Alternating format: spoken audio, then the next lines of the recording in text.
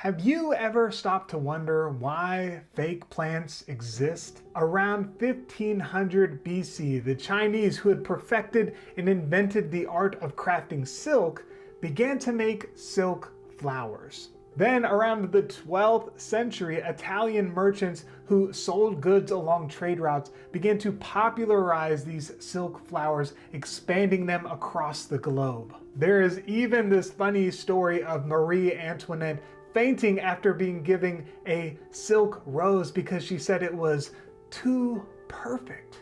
But how did we go from silk flowers to large-scale plastic palms in people's basements? Well, here is a hint from famous artist and architect Antoni Gaudi from Barcelona, Spain. He viewed the natural world as perfect and modeled all of his art around it. He made doors to resemble butterfly wings, staircases to look like a snail's shell, and made gates that resembled palm branches.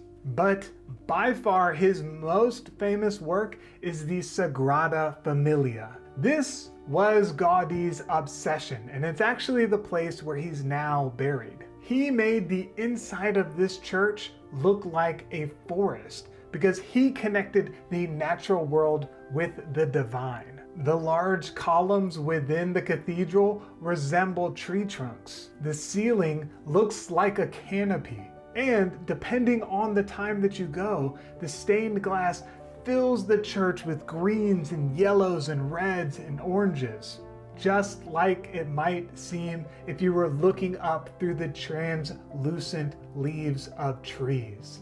This cathedral has been in construction for more than 130 years, and it's actually scheduled to be finished in 2026. But this term for creating things that resemble things you can find in the natural world is called biomimicry. It's where we've drawn inspiration for all kinds of things, like needles from mosquitoes and Velcro from the burrs of plants, bullet trains from hummingbirds.